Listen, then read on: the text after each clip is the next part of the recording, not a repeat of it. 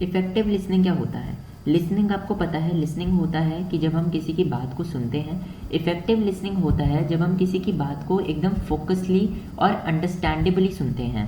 ठीक है, एकदम फोकस लगा के और समझ के एकदम जब किसी की बात को सुनते हैं तब हम उसे कहते हैं इफेक्टिव लिसनिंग, जिससे कि म्यूचुअल अंडरस्टैंडिंग होती है और एक मीनिंगफुल इंटरेक्शंस होती हैं। ठीक है, जैसे कि मैं लिसनर हूँ तो मैं किसी एक स्पीकर की बात सुन रहा हूँ, बहुत ही फोकस होके, बहुत ही सोच समझ के पूरा जो है मैं सुन रहा हूँ, उसे मैं कहूँगा इफेक्टिव लिसनिंग। तो हमारे पास 5 टाइप की लिसनिंग होती हैं जो मैंने यहाँ पे मेंशन करी हुई हैं। इससे भी ज़्यादा टाइप की लिसनिंग होती हैं, बट मेजरली आप इतनी करोगे तो आपको बहुत होगा। पहली होती है इंफॉर्मेशनल लिसनिंग। इंफॉर्मेशनल लिसनिंग होता है कि जब कोई पर्सन है कोई भी चीज़ सुन रहा होता है स्पीकर की बहुत ही फोकस से, ठीक है, बहुत ही फोकस से पूरे अंडरस्टैंडेबिलिटी के साथ, उसे हम कहते हैं इंफॉर्मेशनल लिसनिंग। जैसे कि एग्जांपल्स हो गए कोचिंग या वर्क ट्रेनिंग। जब भी आप कोचिंग में होते हो या जब भी आप अपनी क्लास में होते हो कॉलेज की, तो वहाँ पे आप बहुत अच्छे से इफेक्टिवली सुनते हो फोकस करके, क्योंकि आपको वहाँ से समझना होता है मैम की या टीचर की जो बात है, प्रोफेसर की, वो आपको समझनी होती है। ठीक है, तो वहाँ पे आप इंफॉर्मेशनल लिसनिंग करते हो जहाँ पर आप इंफॉर्मेशन एकदम बहुत ही, जो लिसनिंग है वो एकदम फोकस वे में आप समझते हो। सिलेक्टिव लिसनिंग होती है बायस लिसनिंग। ठीक है, बायस लिसनिंग क्या होती है? जब आप कुछ सिलेक्टिव चीज़ें सुनते हो, जो आपको चीज़ें सुननी होती हैं आप वही चीज़ें सुनते हो, और बाकी चीज़ें जो स्पीकर की आप उसे इग्नोर करते हो, तो हम उसे कहते हैं सिलेक्टिव लिसनिंग।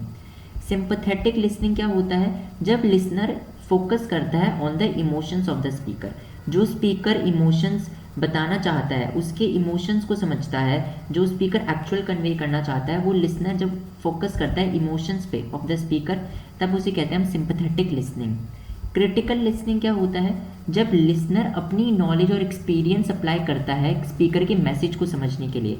जैसे कि अगर स्पीकर ने कोई अपने लाइफ एक्सपीरियंस बताया, तो अगर कोई लिसनर है वो अपने खुद के एक्सपीरियंस और नॉलेज से उस चीज़ को समझ रहा है कि हाँ ये सही है, तो उसे हम कहते हैं क्रिटिकल लिसनिंग। लास्ट आता है एप्रिशिएटिव लिसनिंग। एप्रिशिएटिव लिसनिंग होता है जो कि हम लिसनिंग जो सुनते हैं प्लेजर के लिए, जैसे कि म्यूजिक। हम म्यूजिक सुनते हैं अपने प्लेजर के लिए, जब भी हम दुखी होते हैं म्यूजिक सुनते हैं, जब भी हम खुश होते हैं म्यूजिक सुनते हैं प्लेजर के लिए, तो ये होती है एप्रिशिएटिव लिसनिंग। अब आते हैं बैरियर्स। क्या क्या बैरियर्स होते हैं जो हमारी इफेक्टिव लिसनिंग को हैम्पर करते हैं? क्या क्या ऐसी चीज़ें होती है जो हमारी इफेक्टिव लिसनिंग को हैम्पर करती हैं? पहला होता है डिस्ट्रैक्शंस। जैसे कि कोई नॉइस है या कोई कॉन्वर्सेशन, जैसे आप जब भी आप बातें करते हो तो आप किसी स्पीकर की बातें नहीं सुन पाते।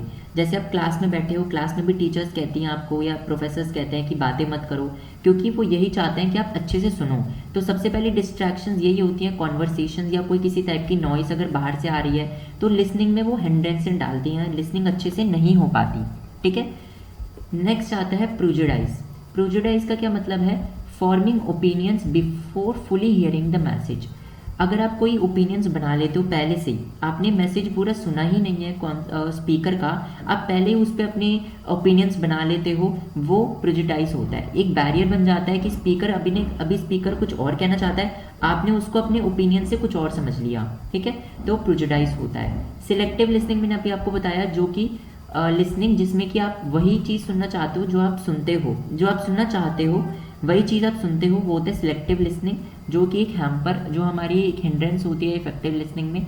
और लास्ट आता है बोर्डम। बोर्डम मतलब कि लैक ऑफ ट्रस्ट।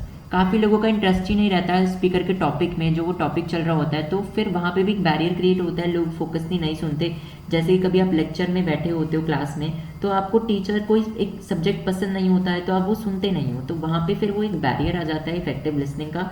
और भी ऐसे बैरियर्स होते हैं, एक्सटर्नल बैरियर्स, ठीक है, वो भी आप लिख सकते हो बना के, बट ये मेनली बैरियर्स हैं। प्रिंसिपल्स क्या है ऑफ इफेक्टिव लिसनिंग? ठीक है, हम इफेक्टिव लिसनिंग को कैसे मतलब इम्प्रूव कर सकते हैं, ठीक है, या लिसनिंग को कैसे इम्प्रूव कर सकते हैं, या प्रिंसिपल्स क्या हैं? तो आपको हर कोई भी क्वेश्चन आएगा आप उसको उसमें यही पॉइंटर्स लिखने हैं। पहला आता है पे अटेंशन। ठीक है, इसका मतलब है जब भी आप सुन रहे हो तो आपको अटेंटिवली सुनना है, फोकसली सुनना है कोई भी बात पे। आपको ये नहीं करना कि आप सिर्फ सिलेक्टिवली लिसन कर रहे हो, कुछ कुछ चीज़ें आपको हर चीज़ सुननी है, कोई ओपिनियंस नहीं बनाने हैं पहले। ठीक है, एंड आपको फोकस होके सुनना है। सेकंड है शो इंटरेस्ट, जो भी आप टॉपिक है उस पर इंटरेस्ट शो करो, ठीक है। ऐसा नहीं है कि बोर्डम आपको आ रहा है, आपको इंटरेस्ट ही नहीं है उस टॉपिक पे, ठीक है। आपको उस टॉपिक पे अपना इंटरेस्ट शो करना चाहिए कि आपको यस नो, कुछ आपको फीडबैक भी देना चाहिए साइड बाय साइड कि आपको समझ आ रहा है कि नहीं आ रहा है। अवॉइड इंटरप्टिंग, सबसे मेनली पॉइंट होता है इंटरप्शन आपको अवॉइड करनी चाहिए। पहले स्पीकर का मैसेज खत्म होना चाहिए, फिर आपको अगर कुछ क्वेश्चन है फिर आप पूछो, या बीच में मत बोलो कुछ भी, ना कॉन्वर्सेशंस करो अपने फ्रेंड के साथ, ना वैसे आपको किसी से बात करनी है जब तक स्पीकर का मैसेज खत्म नहीं होता। क्वेश्चंस आप पूछो, अगर ये बहुत एक इंपॉर्टेंट पॉइंट है, ठीक है। कोई भी स्पीकर का जब मैसेज खत्म होता है उसके बाद आपको क्वेश्चंस पूछने होते हैं, आप कुछ क्वेश्चंस पूछ सकते हो, ठीक है। नेक्स्ट आता है पैराफ्रेज।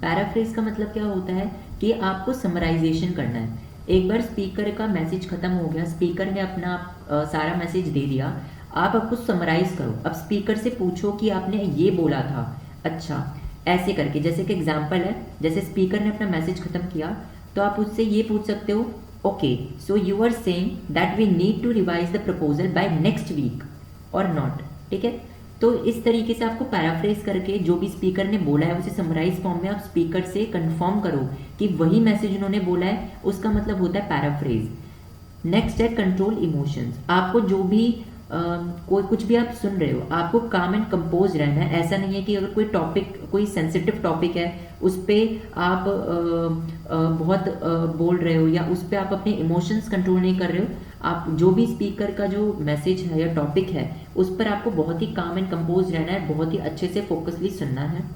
लास्ट आता है be open minded. Open minded का मतलब है अपने जजमेंट अवॉइड करना है आपको, ठीक है। एकदम से कंक्लूजन्स पे नहीं आ जाना है, पहले स्पीकर को अपना नोट खत्म करने दो, फिर आपको जो भी कुछ पूछना है आप पूछ सकते हो, ठीक है। एकदम से कंक्लूजन्स पे नहीं आते या अवॉइड नहीं करते, मतलब जजमेंट आपको अवॉइड करनी है, ठीक है, स्पीकर के बारे में, ठीक है। तो ये होता है। तो यहाँ पे आपका unit 1 of business communication over होता है। अगर किसी को कोई डाउट है तो वो मुझसे कमेंट सेक्शन में पूछ सकता है। And thank you.